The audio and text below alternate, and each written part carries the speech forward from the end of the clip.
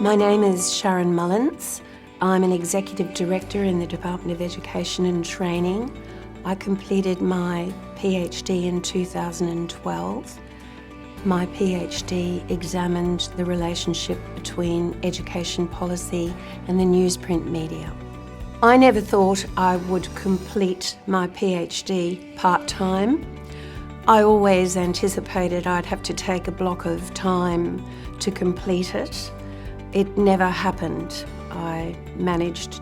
The skills that I gained from doing my PhD, in addition to the writing skills involved with writing a PhD, involved the ability to sustain my thinking around a complex piece of work, the resilience to push through and continue to work on something, and the ability to cross a wide range of philosophies, academic constructs, intellectual ideas. It became abundantly clear to me when I began my PhD journey that the research skills that I had acquired when I'd done my master's several decades ago were not going to equip me with the rigour that was required for a PhD journey. I knew that I needed to have library research skills, and I needed to have some systems and skills to compile my knowledge and my readings. Undertaking some of the programs and courses and talking to other PhD students was a very powerful enabler for me.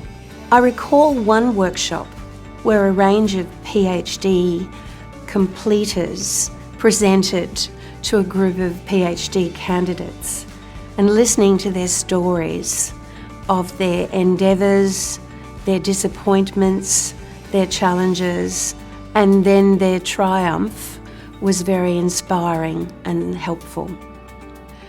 When PhD candidates are applying for jobs, it's important to look very closely at what the requirements of the job are.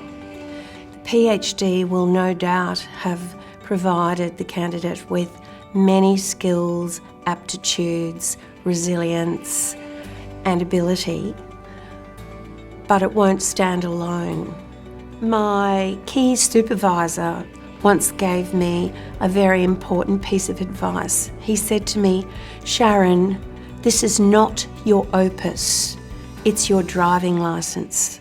My mode of working was that I would not work on my PhD during the week.